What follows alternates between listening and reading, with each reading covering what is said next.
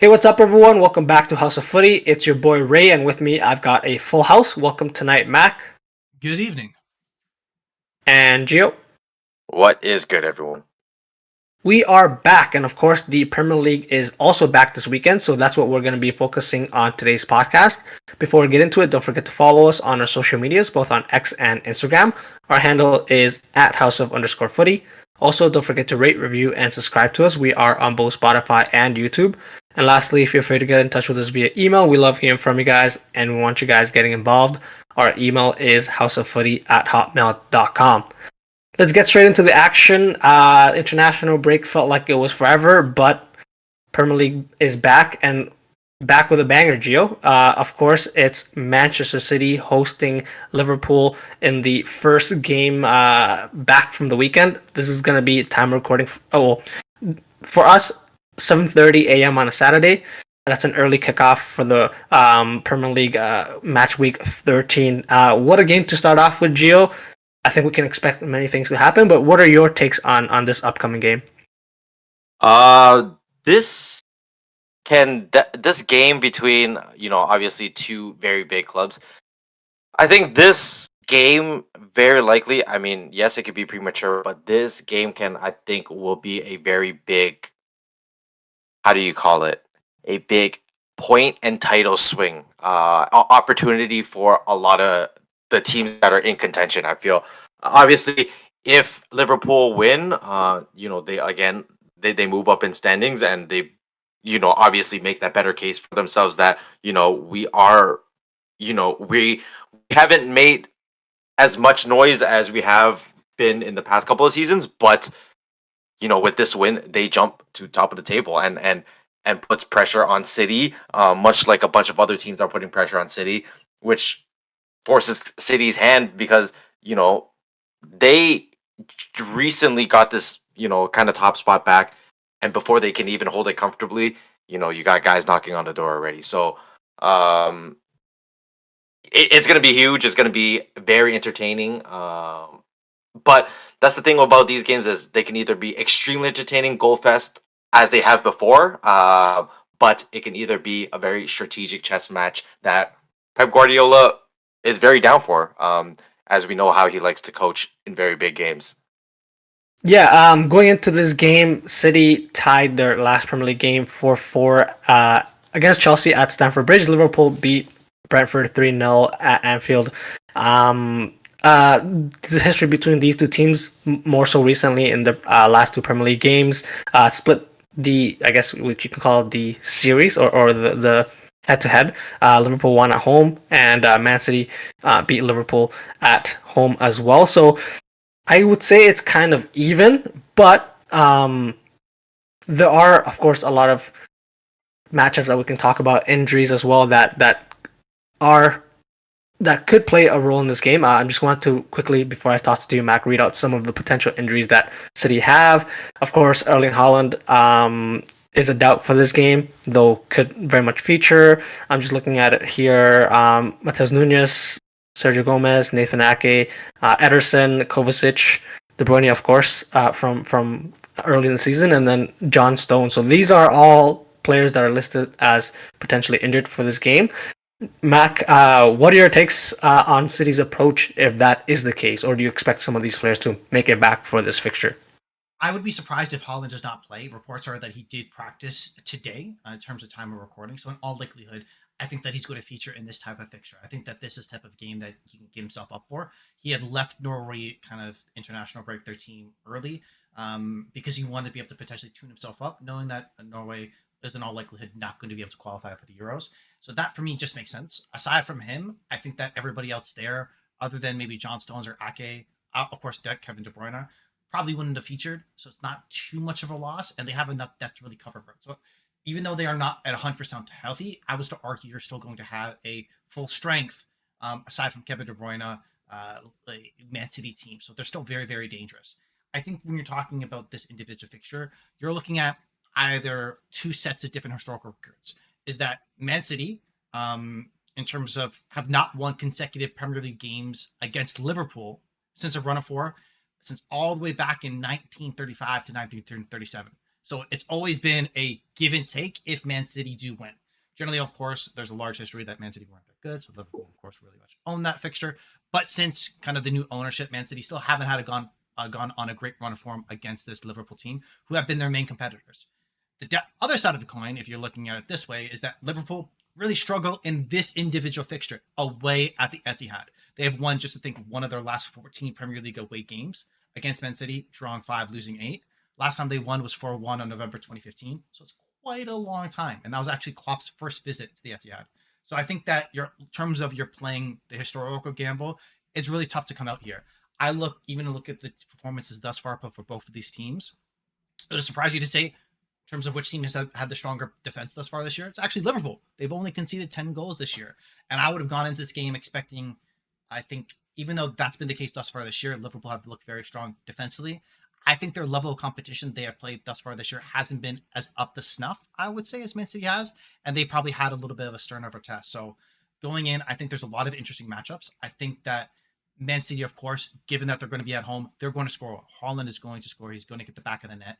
In all likelihood, they're going to be free-flowing. They're going to be offensive. I think the main question would be is how potent are Liverpool on the counter press, on the break. I think that's going to be the differentiator. If they can bag a couple goals themselves, and even though we've seen some of these games end 1-0, have been low scoring, I think Liverpool's best chance is to kind of speed up the game as quickly as possible, be more of an agent of chaos, create disruption in this team. Because even though I said Man City should still have a very strong starting 11, let's say, for example, if Ederson's not there and then you're playing your backup goalkeeper, whose name escapes me because let's be real here, doesn't really matter, you're going to have a chaotic game and you're going to potentially have more mistakes from a City team that you can take advantage of, and you have the weapons to be able to do so. So I think that more so is going to be the litmus test, is that if Liverpool can bag a couple goals themselves, I think they'll see themselves in a position to perform well. I don't think they'll win. If you ask me, I don't know if we're going to go straight to predictions. I really want, is it 7:30 in the morning, if I'm going to be awake, having a cup of coffee, I want like a 3-3 excitement. I know we just got a 4-4 Man City Chelsea result, and that's very exciting, and maybe Pep wants to come back with a little revenge. I just have a feeling that this Liverpool offense is a little bit different. I believe in, as Ray would say, the Darweezy, impact. Mohamed Salah, I think, again, there's a lot of areas for Liverpool to attack, but I very much doubt that Liverpool could get this win because of the fact that Man City should still do well enough offensively themselves to create enough opportunities to get on the score sheet. Yeah, Mac, you're saying Liverpool have a better defensive record, but it doesn't really feel that way as a Liverpool fan, of course, going into this game. Given the fact that, of course, like you said, Liverpool's run of games to start the season hasn't been as strong of a test compared to City's. Some of the goals that we've conceded this season haven't been the greatest. So, of course, if you have a half-fit Haaland who can find space anywhere he wants in the box, especially against some gaps in defense that Liverpool will eventually leave. I definitely back City to score in this game. My other concern is going the other way. Yes, Darwin Núñez has a couple goals, a couple assists here. Luis Diaz involved with goals as well. Mohamed Salah, like I mentioned last podcast, I think he scored in the last 15 Premier League games at home at Anfield. This game is away, and all three of those players that I just mentioned were heavily involved in international duties for their respective countries. Luis Diaz, I'm not sure if you guys saw, he scored against Brazil when Colombia played them in the international break. Darwin Núñez featured quite heavily as well, and Mohamed Salah was involved in a scrap for Egypt when he was part of their playing there for Egypt. So something to keep in mind, that front three, I'm not sure how fresh they'll be and how ready they'll go, but if the defending for City though is anything that to replicate what they did against Chelsea, that might be more of an open game here. So I guess to toss it to Gio, maybe something in terms of predictions, but maybe a different question as well. Who do you think, Gio, needs this win more? And before I let you answer that, maybe I'll give you some time to answer that. I actually think City need the win more at this point, just because, yes, they're going to go on a great run at the end of the season, how they normally do, but it's for them to, like you said, they just got the top position in the league. they want to keep it for a little bit first, and then if they do mess up against lower placed teams, it's not great. Obviously, never great to lose, but at least you're not losing to a direct rival. It's kind of like a 6 point shift, right? You're losing 3 points, but your Yeah, rivals are getting three. So my yeah. my take is City kind of need to win this more, whereas Liverpool, even if they lose this, it's away from home. It's not great, but it's a game that you would have struggled with anyways. What are your thoughts, Gio? How do you think this game will play out? Yeah, no, yeah, no, I think I completely agree because that was the point I made earlier is that City just got the lead. And again, haven't been the strongest City that we're used to. I think for them to get this would be huge for their momentum. Um, going in, to those late December games that mean so much. Just to close out the first half of the season. But the thing is, Liverpool still very much so have a chance. They've been sort of downplayed as a team that's rebuilding and kind of flying under the radar for so long, and kind of almost taking advantage of that in the best way possible. The sort of when you're considered a team that is ready to make that title push, there's a lot more coverage on you, a lot more media on you, but they've kind of flown under the radar here. But to say that, if your boy Darweezy, as we like to call him, has any scuffs of the ball, those chances will come back and haunt them. So I don't know who it is. I don't know what videos he has to watch. Maybe someone just putting the ball into the back of the net. He has to watch those videos. He needs to prep himself because if he doesn't convert on his chances or makes a poor pass to Mo Salah to convert on those potential early City mistakes or the few City mistakes that they will make, then it's going to be a really long match for them. But with that being said, I predict a 3-2 City win. Ooh, okay. Well, I guess I'll toss it to you first, then Mac. Before I make my predictions, what are your predictions for the final result? Like I said, I think I would want a 3-3 or 2-2 type of barn burner. I think that Liverpool have enough offensively to be able to get something out of this game. I don't think that they have enough to get the win though. So odds being that I kind of like a tie. Selfishly, I think a tie would be a fun because then Arsenal are playing Brentford. They're able to pick up a win, then they will become first because right now Man City and Liverpool will occupy the first and second place on the table. So selfishly, it's a little bit more fun if that happens, and a little bit more enjoyable. And then Gio could talk about how Arsenal bottled it after becoming first again, right? Everyone wins, everyone's happy, so no one loses there. Yeah, so I think that's the result that I'll go with. Yeah, and I think so as well. A tie would be a good result for both teams. Of course, not suffering the loss would be the most important thing on both teams, on the minds of both sets of players. So I think that's most likely. If you offer them a tie right now, especially after the international break, both teams would probably take it, given the fact that they have injuries and just some things to work out for the respective teams. So we'll see how that plays out. But let's move on now, Mac, to another game taking place on Saturday, and this one is Newcastle versus Chelsea. Newcastle lost back-to-back games 2-0 to Dortmund and Bournemouth before the international break. That's in the Champions League and the Premier League. Whereas Chelsea, we just talked about them. They did have that impressive 4-4 tie against City, and they also beat Spurs 4-1. So they, you could say, are in a good run of form. If you can make that case. What do we expect in this game where Newcastle, you could say they're in a poor run of form, Chelsea in a good run of form, but if you think about it and you sort of extrapolate from what we expect from them this season, they probably, you expect them to be in different, exact opposite runs of form coming into this fixture. So what do you think will happen in this game, Mac? It's very tough to say because one, who's going to be starting for Newcastle with the amount of injury suspensions that they have right now.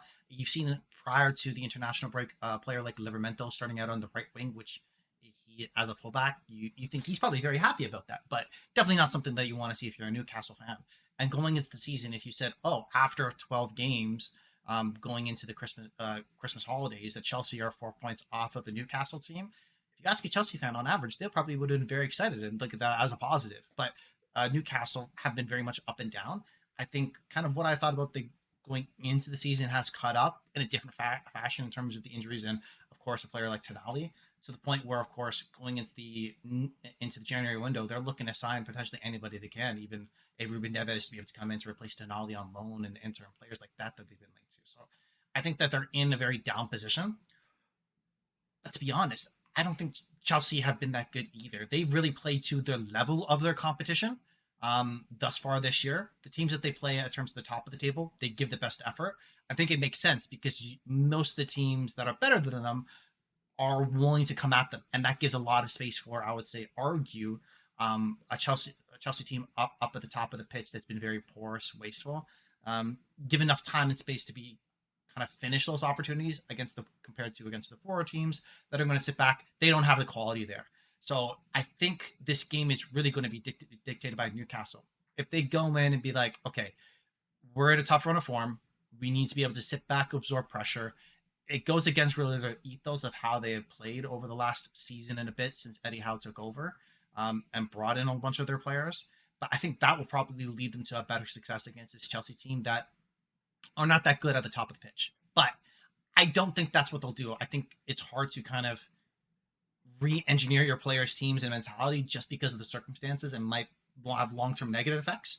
So I don't know if that's how that end up playing out, which then I think Chelsea would have the advantage because, again, they have that little bit more oomph, I would say, right now, which is weird because we've been talking so much smack about Chelsea so far this year. So, again, it's going to be a lovely game. Very excited to see what happens.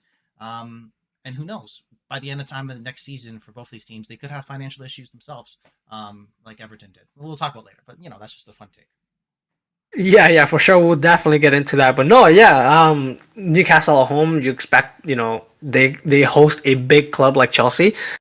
Fans will be up for it. They'll be up for it. So you expect them to come out and come out swinging. But that might play into Chelsea's hands. And if that's the case, Sterling running behind, even Nicholas Jackson, who's been involved in a couple of goals recently, he could continue his goal scoring run of form. So I think it's really a toss up. So I guess Gio, what are your thoughts on this fixture?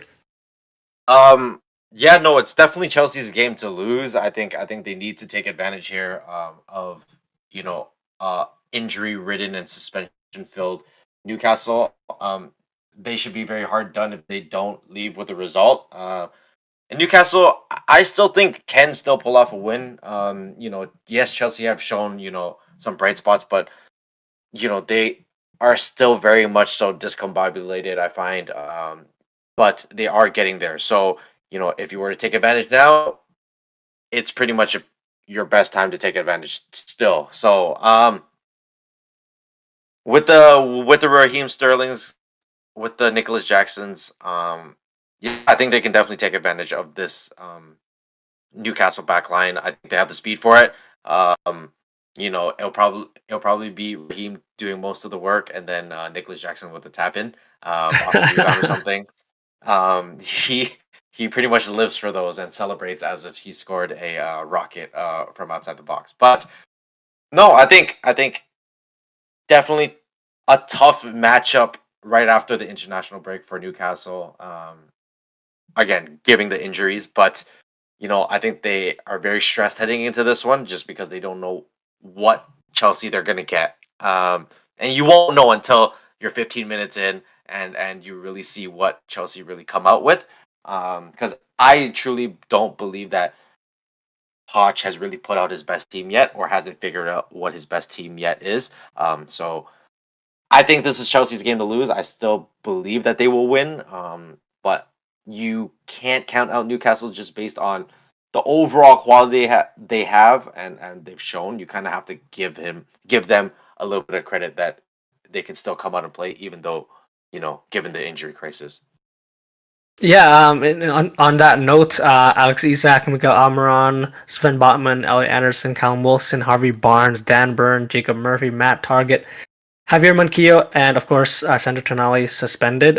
That's a long list of injuries, so it's not looking great for Newcastle, who, if they do continue to drop down further in the table, could find themselves even, well, depending on how things go in with other games, could find themselves close to mid-table, maybe around 8th, 9th, Right, currently they are 7th. But Chelsea themselves, I think this one, you could argue, is equally as important for them to win because upcoming they do have Brighton and then Manchester United. So a run of 5 pretty tough fixtures. Spurs, City, now Newcastle, and then Brighton and then Manchester United. So if they get a win here, that'll be a great boost for them heading into those next couple of games, especially before the Christmas period where games pick up. And it's game back to back. So you want to be going into that period with as many points as possible, so that even if you take a loss here and there, it doesn't affect your points total that much after such a busy period of time. But just wanted to mention as well, this will be an interesting one because they did tie both fixtures 1-1, both at St. James's Park and at Stamford Bridge last season. So it's hard to tell what's going to happen, but we'll definitely keep an eye out on it for sure. But we'll take a quick break here, boys, and then we'll be back with some more Premier League coverage. So stay with us, guys. Welcome back to House of Footy, guys. We are going to continue today's podcast now, previewing Spurs versus Aston Villa. This is a very interesting match because of, again, very similar to Newcastle-Chelsea. The run of form that these two teams are in creates such a chaotic scenario where anything could happen, really. Spurs, of course, lost to Chelsea and Wolves in the last 2 games, whereas Villa, before the international break, beat Fulham 3-1. And so we are strong start for Spurs in their season, but of course injuries are picking up and a tough run of games coming up. They're going to be looking to fight back and get some points on the board and keep themselves, in that sort of Champions League position, whereas Villa could be coming for their spot with how well they've been playing and the attacking prowess they have this season. It could be another 4 goals conceded for Spurs this game. So, Gio, let me toss it to you first. What do you expect to happen in this game? Hey, when we're talking about taking advantage, there's a coach named Unai Emery that will be licking his lips at this game because he understands that, again, when we talk about taking advantage, last game we talked about Newcastle Chelsea, how Chelsea can take advantage of the injuries. This is very much so the case here as well. Again, injury ridden. They lost it late last couple of games, and they're kind of in a rut right now. This is kind of their first rut of the season. This is kind of what everybody was kind of not so expecting, but almost predicting that Spurs will have sort of that dip, and it seems like it's now. I mean, could it come at a worse time? Yeah, it could come at a worse time because this isn't, you aren't quite at the midway point of the season. Yes, the injuries, some are worse than others, but you're sitting top 4 of the table right now. If you play right, if you change your tactics a little, I think they could. I still strongly believe that they could salvage points against the teams that are coming up. But you do have to look at the run of form of Ollie Watkins, Jamie McGinn. Obviously Scotsman. Shout out Mac. That these guys are playing well. They're playing great football. So you have to be kind of worried in terms of obviously a counterattacking a team being counterattacked against. And you see how Postecoglou played a high line with 9 men. He does not give a fuck. So we kind of have to expect, what we don't know what to expect at this point. So it's gonna be a very interesting game. I think Unai can, take it to them, increase his goal differential, and win a game quite comfortably this weekend. Yeah, just gonna read out some of the injuries that you were alluding to there, Gio. For Spurs, Ryan Sessegnon, Destiny Udogie, Manu Solomon, Richarlison, Mickey Van de Ven, James Madison, Ivan Perisic, and Christian Romero is suspended. So a lot of players not featuring for Spurs in this game could open it up for a very in-form attacking front line for Aston Villa. I think Watkins, Diaby, and John McGinn, those guys will be licking the lips against that high line. And if Ange does run that high line, there's only going to be one result there. What do you think, Mac? So, as well as Yves Bissouma is also missing due to a red card. And the good part, though, I kind of offset that with Richarlison not being able to play. I think that's a huge benefit for Spurs. That might help them a lot, so they don't have to worry about bringing him off the bench. But realistically, I think that, and I disagree with Gio a little bit. I think this is the worst time for these injuries to compound for the Spurs team. They are only playing in the Premier League this year, really, right now. They've already been knocked out, I think, of the EFL Cup, so they don't have to worry about that. And this is the only competition they have to worry about. And this is the most condensed time of the schedule from now until the new year. I think they have 8 games lined up just in the Premier League, not including any cup matches. So fixtures are piling up. So this is the worst time for injuries to happen. Udogi may be back for this game. There was huge fears that he may have been injured on the international break as well, but he said that no, he's fine. But any small knock to any of their key players right now is horrible for them. And going into a fixture where prior, I would say, to these run of form that they would have felt comfortable in at home. Yes, they're playing an Aston Villa side that does play a high line themselves. They should have enough with their creativity of a Madison, a Son, a Kulusevski to be able to break them down. But when your dominoes and your kind of your playmakers start dropping, that belief may start to die a little bit, as well as losing both their starting center halves with Romero and Van de Ven going into this game. So I think this is a very, very, very tough fixture. I think we're going to learn a lot about this Tottenham team. They've had time to prepare for this. They knew that this was coming after these last couple of weeks going into the Premier League. They knew that this is the lineup they'll have. So I think we're going to learn a lot about them. And if they're able to kind of at least settle a ship, come out with a positive result, I think even a draw for them right now is something that they should take given the amount of injuries that they've had.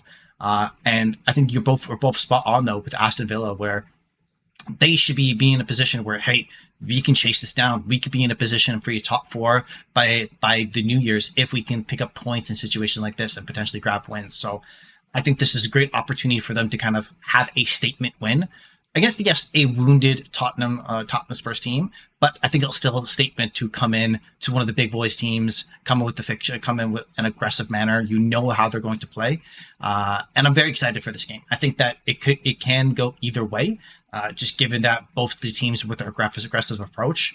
I think the key part and what's been on track for Aston Villa, if the games that they have lost thus far this year, they've won, I think, all their games at home. They've struggled away. But the key part for them is when they've struggled, when they've conceded early, because then at that point they haven't known really what to do, because how they've scored their goals is when the other team has applied pressure to them, and they've kind of had the domino effect of breaking them down conversely. But if they concede early, the other team doesn't necessarily feel like they want to do that.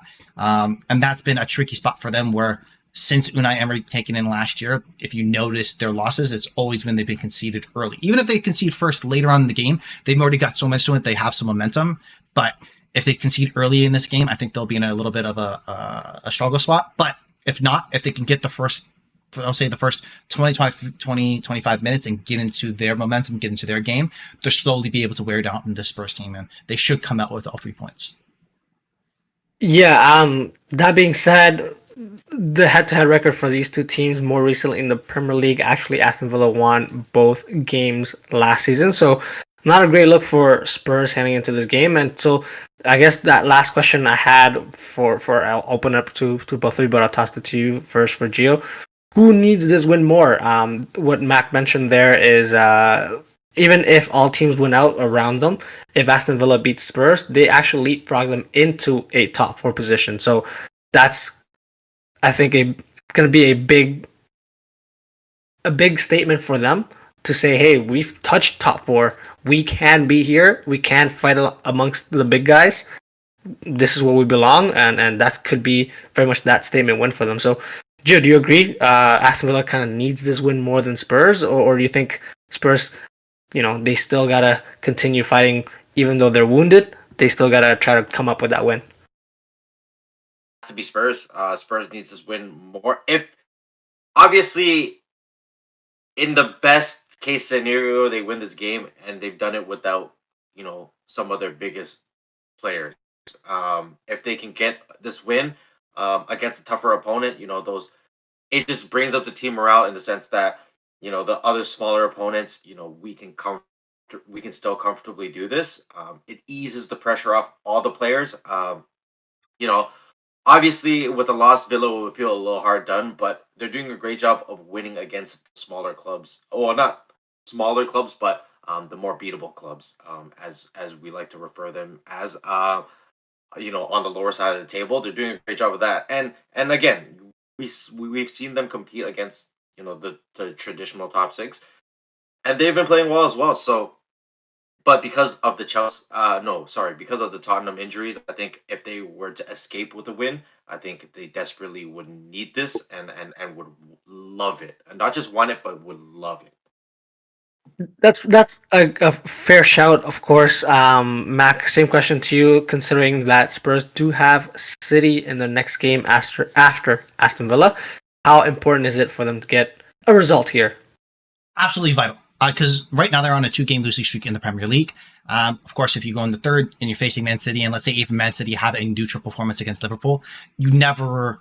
If again, we've always talked about this. Whenever Man City coming off a negative result, or even viewed as a negative result, even if they win, you never want to be that next team. You never want to be in that position. So I think that they need to pick up a win, but I'm very skeptical if they are able to. I think that they are going to be in a little bit of free fall for these next 2 fixtures.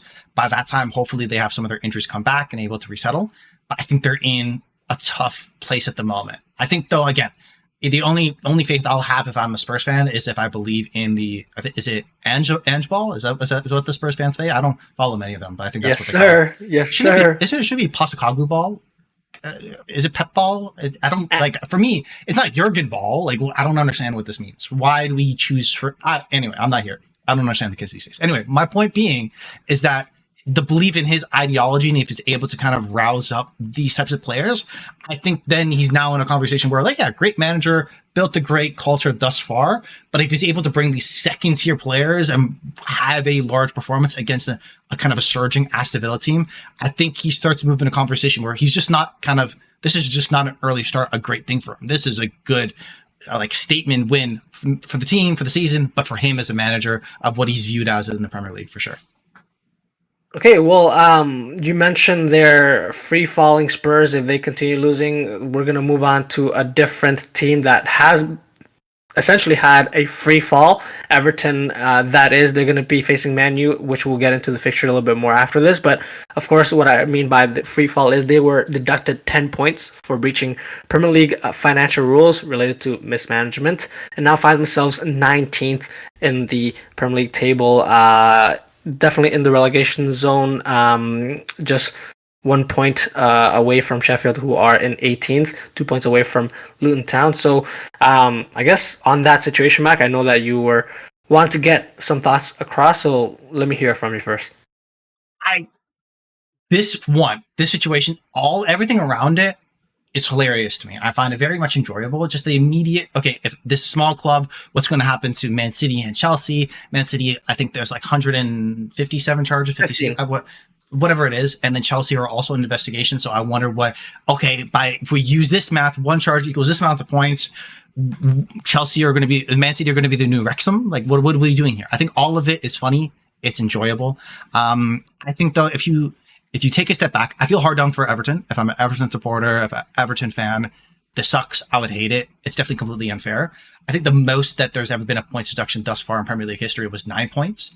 I think that it was, was it Blackburn, Portsmouth? It was a team like that. Escapes my memory right now. But it was 9 points, and they were facing bankruptcy. So it's like terms of degrees of difference where they just overspent 20 million in today's market. If you look at how player transactions go, that seems like a whole not of a lot of anything. That's what like a fifth of what Caicedo costs. Like, that doesn't seem like a whole lot of money in today's business and footballing world. Okay, to us, yes, as an individuals, maybe, but in the perspective of these Premier League clubs, it feels like a drop in the bucket. So it feels a little bit harsh.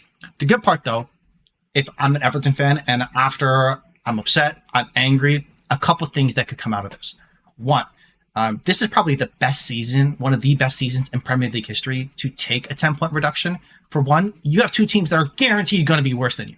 And it's not like they got dropped into last place. They're going to be better than Luton. They're going to be better than Sheffield. They have nothing to concern themselves with. So, and they've already looked decent in thus far this season. So they should, if all trends being continued, they should see themselves clearly out of relegation based off what Sean Dice has done.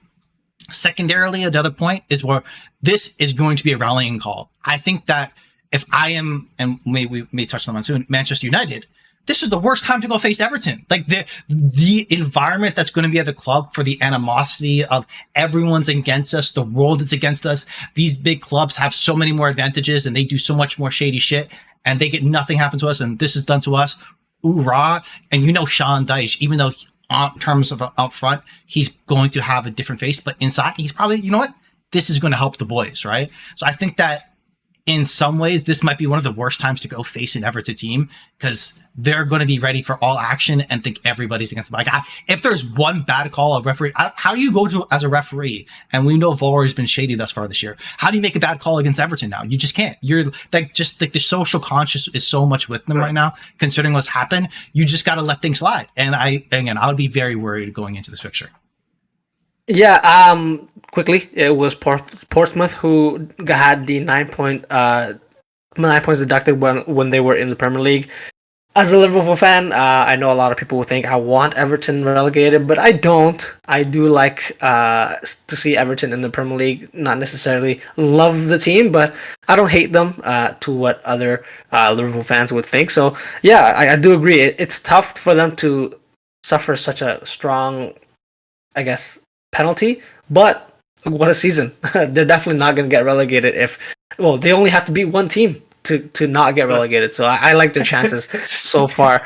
That being said, though, Gio, of course, we're going to turn our attention, of course, to the Man U side as well. But before we do that, just wanted to mention this game is quite interesting. Everton, 3 wins in their last 5, lost to Liverpool and a tie at Brighton, whereas United, who got a win before the break. Everything seemed like it was the end of the world at Man U, but 4 wins out of the last 5, only loss coming to Manchester City.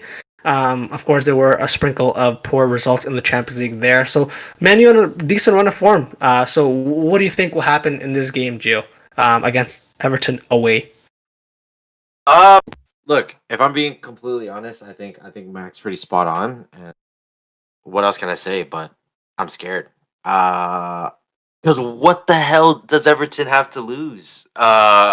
They're second last. They're gonna come out swinging. They're gonna want to show some fight, some confidence. To prove that yes, that side of the business is that side of the business. They've been playing quite decent football the last few weeks, and they can dig themselves out of this hole simply based on their play. And when any team for that matter is sort of back against the wall, that's almost like the most dangerous point. If I'm Man U, I'm worried. Like I said, in our past podcasts leading up to this one, talking about this game, and I told you boys before, I'm worried about this game. Sean Dyche, and even in the past seasons where I wake up, on a Sunday morning expecting, Man U to take care of business against, Everton or any other team for that matter, and it just doesn't happen. It just doesn't happen, and they always fall flat. The offense doesn't go. But yeah, no, I'm more worried than ever.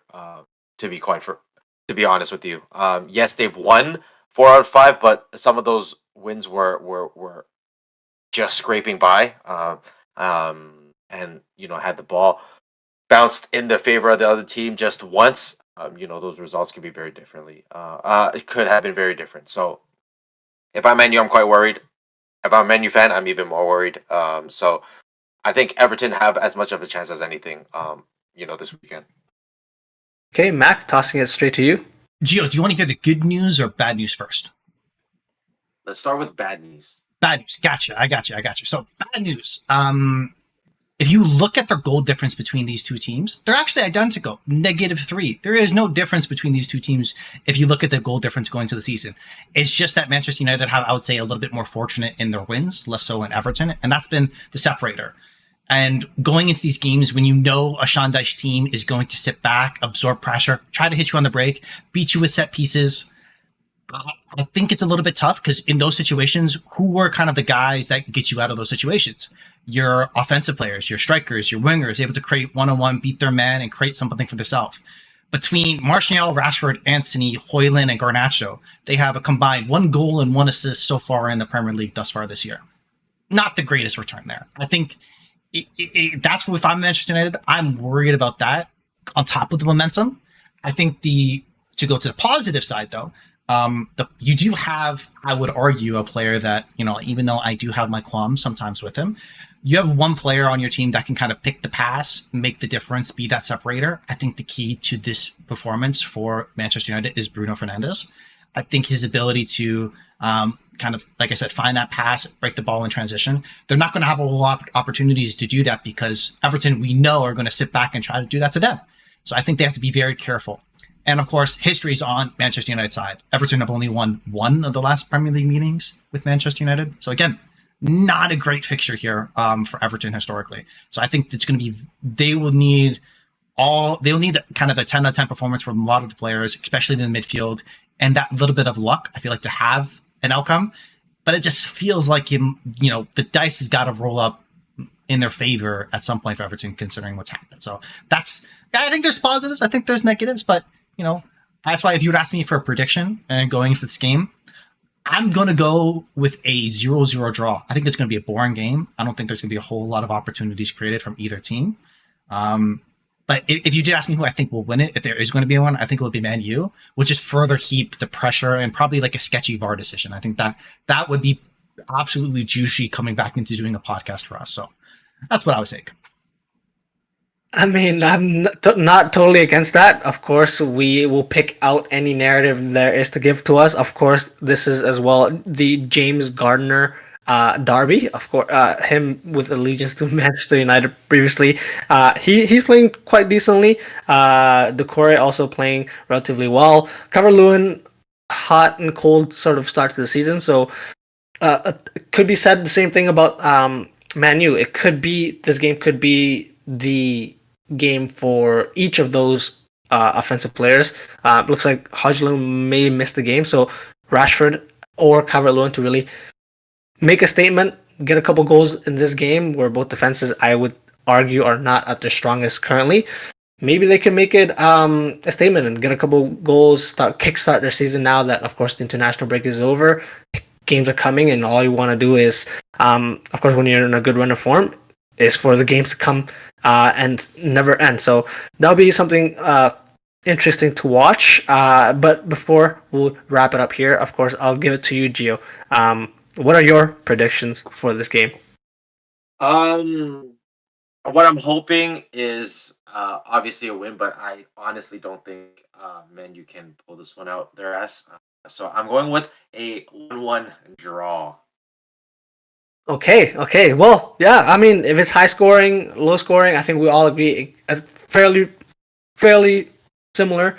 We all agree that a tie is probably a fair result for this game. So that's something that we'll watch out for, of course, this weekend. But then this concludes our podcast for today. If you guys like what you heard, please like and subscribe to us on our social medias. That's at @house_of_footy. If you have any comments, suggestions, or general banter, get in touch with us via email as well. houseoffooty@hotmail.com is our email. The next time you hear from us will be Tuesday when we review this weekend's Premier League games. But until then, thank you, Mac. Peace out. Thank you, Gio. Take care, guys. See you guys soon.